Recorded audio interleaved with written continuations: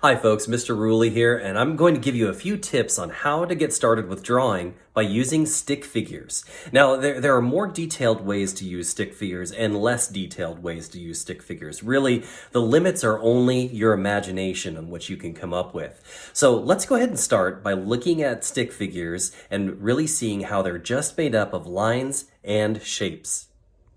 All right, here we see a very simple stick figure. Now, stick figures don't have to be, complicated in order to communicate a lot of information.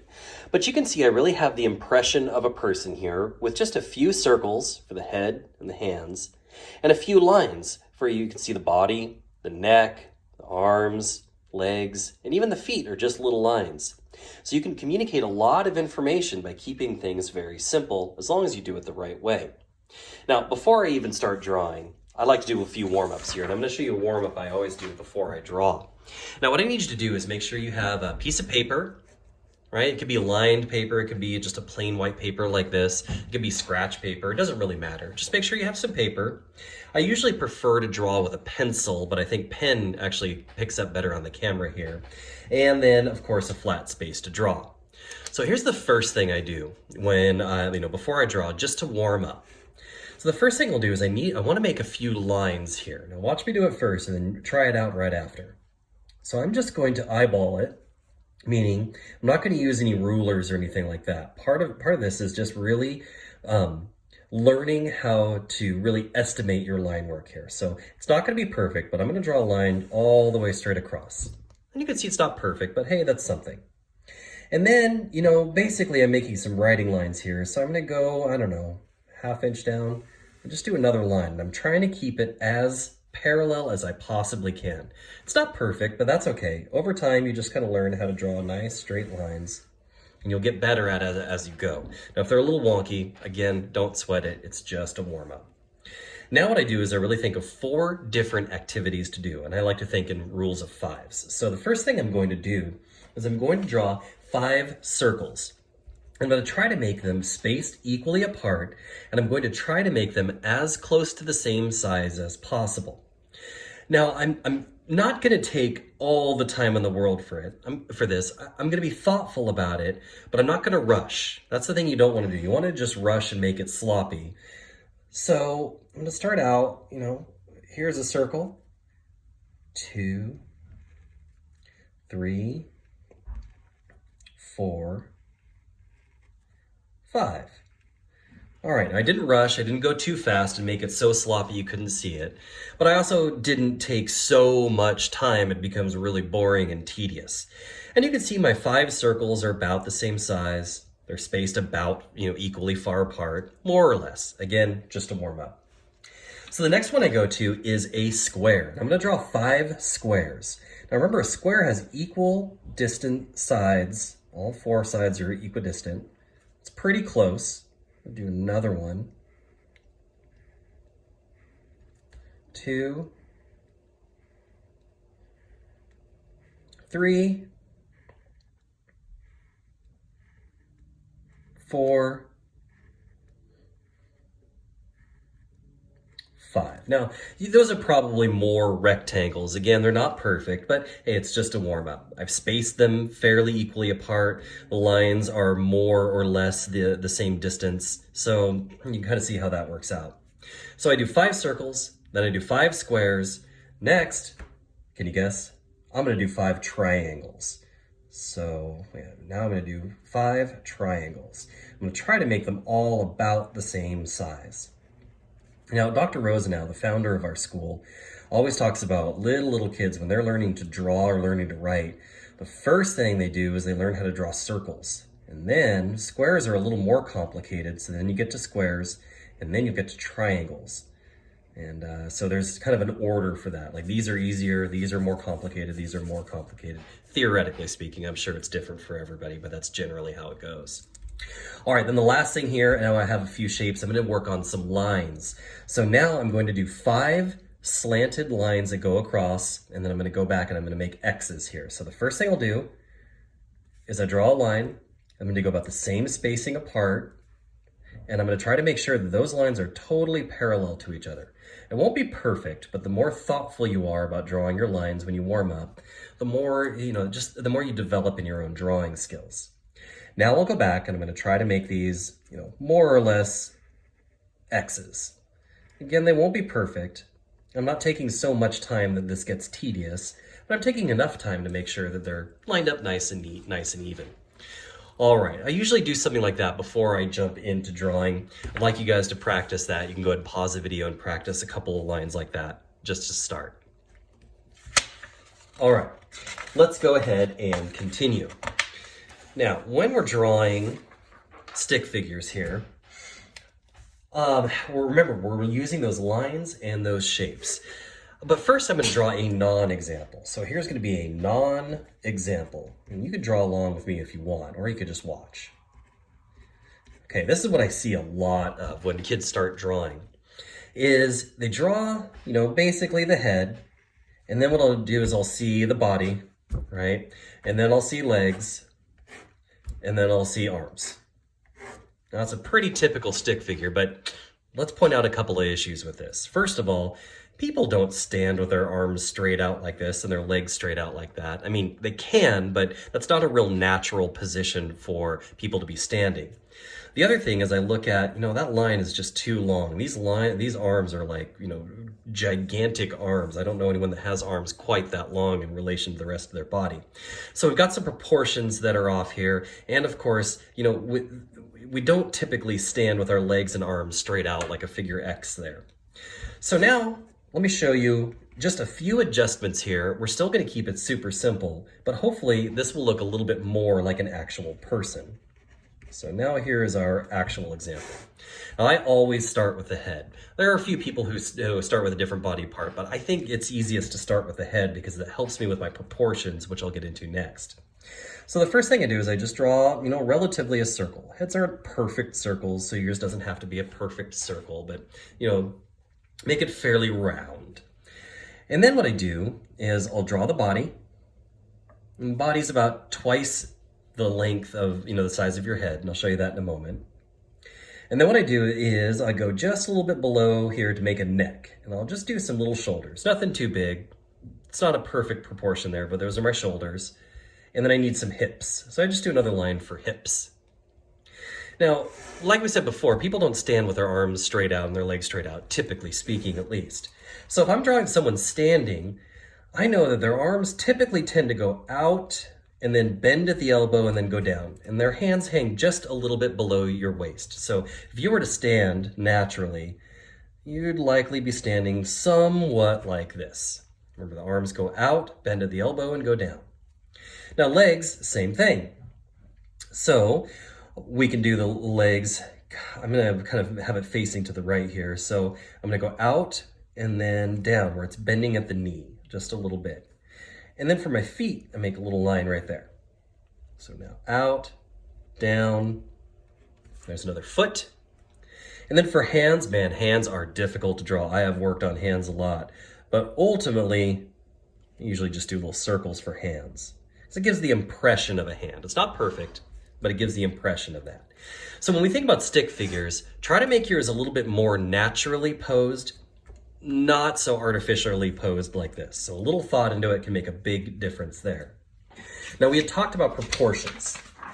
Proportions are really important too. And the proportions, if your head is this size, you basically want to have your body and your legs this size. And here's the best way I can explain it. This isn't a perfect model, and there are art models that are a lot more exacting, but just as a way to start, here's generally how I think of it. I draw the head first, and I look at how big the head is. And then I make the body basically the height of two heads. And then I make the legs basically the height of two heads once again. So you can see kind of how that matches up to give you a general idea of the proportions of your stick figures. All right, now that we have just our basic stick figure stance here, let's look at trying to make some stick figures here that show action. They show verbs. Verbs are things you do. So the first thing here, when I'm thinking of maybe a verb, a real common one to use would be running. So much like our standing example, we want to just kind of think real quickly, what would the legs be doing if you're running, right? We'd have these legs would be back a little more, these legs might be forward a little more. And their arms, of course, you use your arms when you're running quite a bit.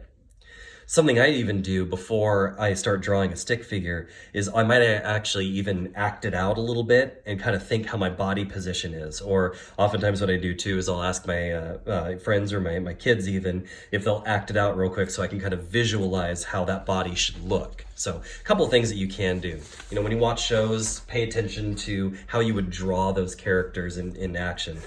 It could be a little bit helpful, just thinking it through. So here's what I might do for someone who is running. Let's go ahead and write running. All right, now running. Now, when people are running, they're usually leaning forward a bit. All right, I'm gonna start with that. Oops, I even forgot my head. Let me go ahead and draw my head in, even though normally I would have done that first.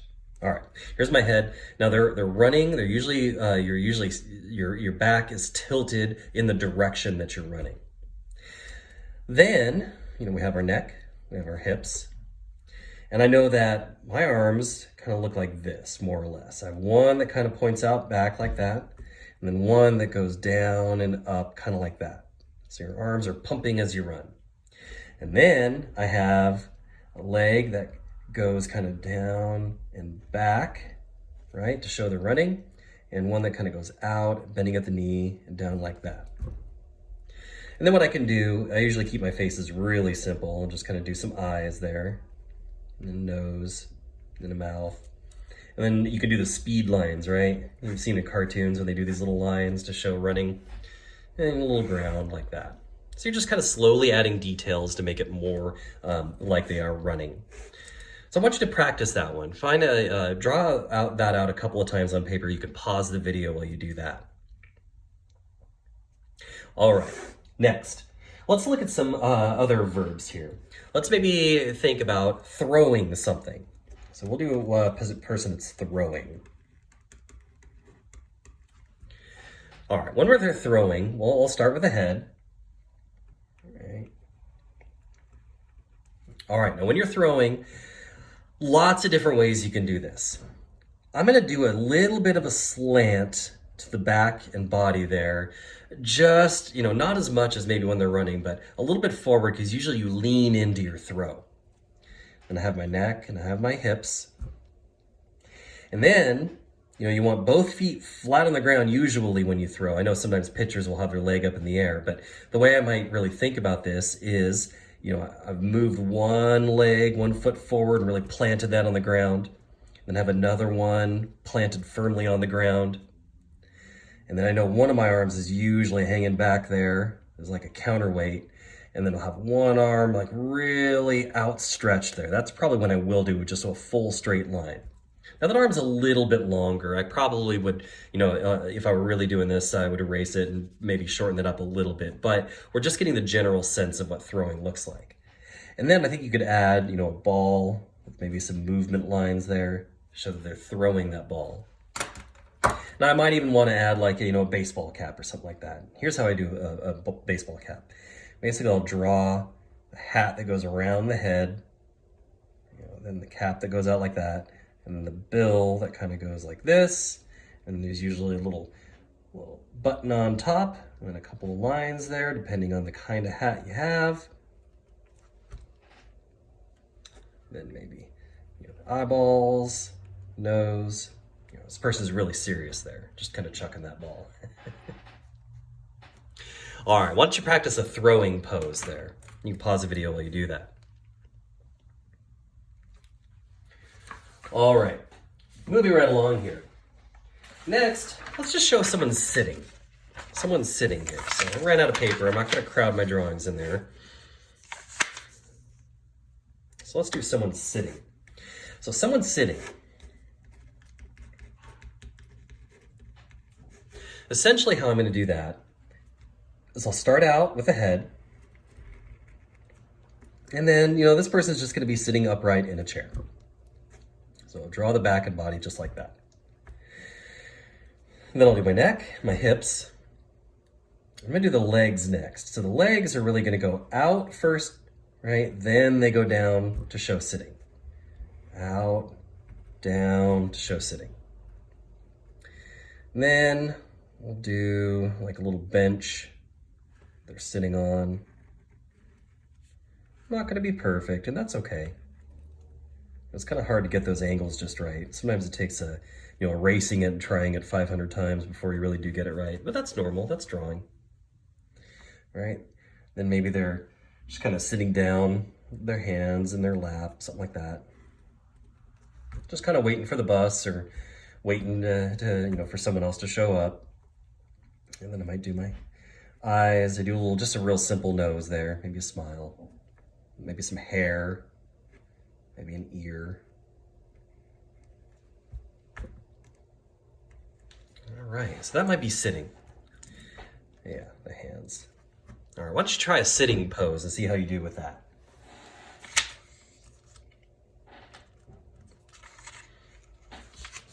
All right, next. Oftentimes in drawing, we're able to show emotion with drawing. Now that's kind of interesting here. It's a little bit trickier to do sometimes. Well, let's think about drawing someone who's happy. Now, when we have feelings, oftentimes you can see those feelings and how we're feeling in our faces and in our body language. In fact, we communicate 70% of our information through body language. That's just using our hands to make gestures, how your shoulders kind of droop when you're sad, how they pick up when you're happy, just the general feel that you put off there. So when I think about being happy, I think both in terms of facial expressions and in body language. So this person is, generally speaking, pretty happy. Now, I made it so that their back is kind of up tall, they're leaned back a little bit, they have a little smile on their face, and this person's whistling or singing, kind of conveys a little bit of that tone of being happy. Not perfect, but it can convey that tone. Here's a real simple stick figure I drew with, just a happy face. Eyes are just kind of normal little circles there. I could even do normal kind of eyebrows that are up and kind of curved that shows a little happy. Right? Or I kind of drew here, someone giving the thumbs up, so I did a little more detailed hand there. And then I was going to draw some boxes for them to put their feet on, and then realized, boy, those are pretty crummy, so let's just ignore those. But point being, doesn't have to be perfect. Maybe some eyebrows there. All right, why don't you pause the video and try to draw someone who looks happy. There's a lot of different ways to do it. See what you can do. All right, next. Let's show someone who is sad. And again, we really communicate a lot of information through our facial expressions and our body language. Now, generally speaking, not always, but oftentimes you can see someone who looks sad because their shoulders kind of droop a little bit. And then, of course, they're kind of hunched over a little bit. So this can give the impression of looking sad, these little tiny details. Right? And then I have a little, frowny face on. Right? He's kind of moping along there. And you can really see the difference between this little sad guy over here and this little happy person over here. You got to see just a few subtle changes really conveyed that. And again, they're not perfect, but that's okay. We're not trying to be perfect here. All right, here's another way to use body language. What I drew here is someone who had their hands kind of covering over their face, and they're sitting down, obviously very sad. Or maybe we can even draw them crying. So here's somebody whose eyes are closed and they're just kind of crying, sitting there. Obviously having a bad day. That person needs a friend right there. All right, why don't you go ahead and pause the video. Try to draw someone who looks sad in stick figure form. All right, last one we'll do here for feelings. So here's someone who is angry. Somebody who is angry. Now, when I think of someone who is angry, sometimes they're waving their hands in the air, like they're yelling at somebody, stomping their feet. Maybe they're yelling so the mouth is open. I did these little spiral eyes to show oh, they're crazy. They're so mad and angry. Maybe in the steam lines coming up from the head. Careful because those can also be stink lines too. But here it's more they're angry. Or I looked at, using the eyebrows and that angry V shape. Eyebrows can communicate a lot of expression too. And here I just used the little angry eyebrows there, just the eyes in that angry V formation. And of course, crossing their arms. Like sometimes people who are angry will cross their arms, then a frown. So all these little simple details can really add to that. What I'd like you to do right now is to pause the video and see if you can draw someone who is now angry. All right, folks. Well, thanks for following along with my very simple tutorial here. Now, there's a lot more to it than that, and I think so much of drawing really just takes time to develop and just keep at it. So if there were 3 things that I would really recommend when you're getting into drawing, because drawing can be so much fun. 1, see the world as lines and shapes. When you're watching cartoons especially, or you're watching shows, try to visualize how you would be drawing that person as a stick figure. You know, how the arms would move, how the body language would look, what the facial expression would be, right? So the first thing, see everything in terms of lines and shapes and really think about how to draw them. The second thing is to practice. I don't know that there's anything, any secret other than just keep at it, keep trying. And every time you draw, you'll pick up something new, you'll learn something new. Now, the third thing here is when you're drawing something, keep drawing, erase, fix your lines, add to it, edit, keep on drawing until you get it how you want to. I can't tell you how many times I've tried to draw something and I'm just about to pull my hair out. I'm so frustrated that it's not coming together, but I keep at it and I keep working at it until I really do finally get it the way I want it. And then I've really pushed past some of those roadblocks where I've learned how to draw that thing that I was trying to draw, and I could do it even better the next time. So, see things as lines and shapes, practice all the time, and of course, keep drawing till you get it how you want it. Other than that, folks, happy drawing. Thanks so much for watching. Take good care.